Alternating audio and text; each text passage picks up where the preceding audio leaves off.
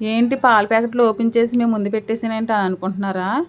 ఈ వీడియో అయితే నిన్న సాయంత్రం తీసిన వీడియో అండి. మంగళవారం 9వ తారీఖున తీసిన వీడియో అండి. మేమైతే జెప్టో యాప్‌లో అయితే 5 పాల ప్యాకెట్లు అయితే ఆర్డర్ పెట్టామండి. నేను 6:30కి అయితే పాలొచ్చినాయి. ఓ ప్యాకెట్ అయితే ఓపెన్ చేసి టీ అయితే పెట్టుకున్నానండి.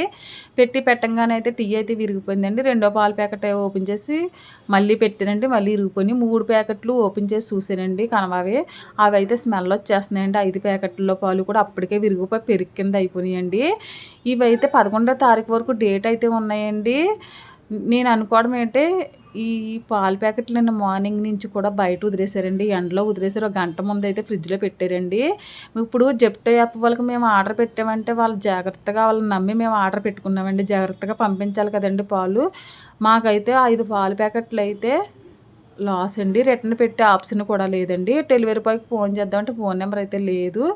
మా ఈశ్వర్ అయితే ఆఫీస్ నుంచి అయితే ఫోన్ చేసాడండి. ఫోన్ అయితే లిఫ్ట్ చేయలేదు. వెంటనే మా ఈశ్వర్‌కి ఫోన్ చేస్తేని మాకైతే నిన్న 5 పాల ప్యాకెట్లు అయితే లాస్ అండి.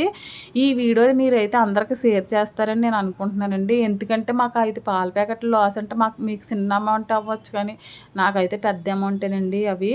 చూస్తూ ఇప్పుడు మనం తినే ఫుడ్ అలా పాడవుతుంటే చాలా బాధ కలుగుతదండి. నిన్నైతే చాలా చికాకు అనిపించేసిందండి ఈ పాల ప్యాకెట్లు. నిజంగా ఈ జెప్టో యాప్ వాళ్ళైతే రెస్పాన్సిబిలిటీ తీసుకోవాలి. ఎవరైనా ఆర్డర్ పెట్టుకున్నప్పుడు జాగ్రత్తగా పంపిస్తారని నేనైతే అనుకుంటున్నానండి. ఓకే అండి. వీడియో అయితే అందరికి షేర్ చేయండి ఒక్క వీడియోని. ఓకే అండి.